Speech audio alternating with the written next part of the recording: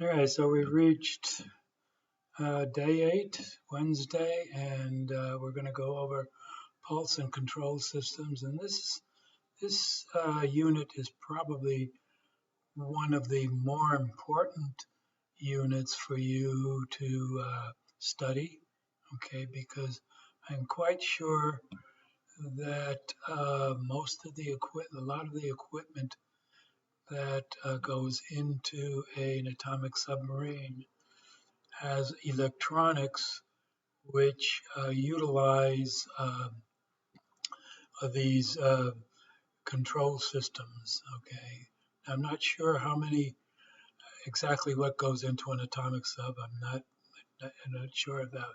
But one thing I am sure is that I'm sure that there are a lot of electronic instrumentation and control systems to be used so that the submarine goes its way uh, in a very safe manner and is monitored continuously.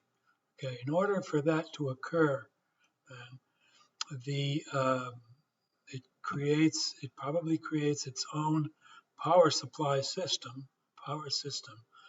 But each of the instruments takes the power from the central power supply system and then has to work on that the electronics it gets from there to create its own electronic signals, because a lot of these systems work with some mechanized systems that require different kinds of currents and voltages, etc., and sensors that also require the same thing, certain voltages and currents, but more importantly, the signals themselves are probably complex signals. They aren't the usual sinusoidal signals. They could be, they take on a lot of different waveforms.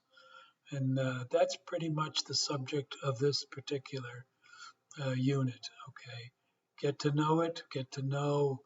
I don't think you should memorize each one, but you should have each one of these handy to know.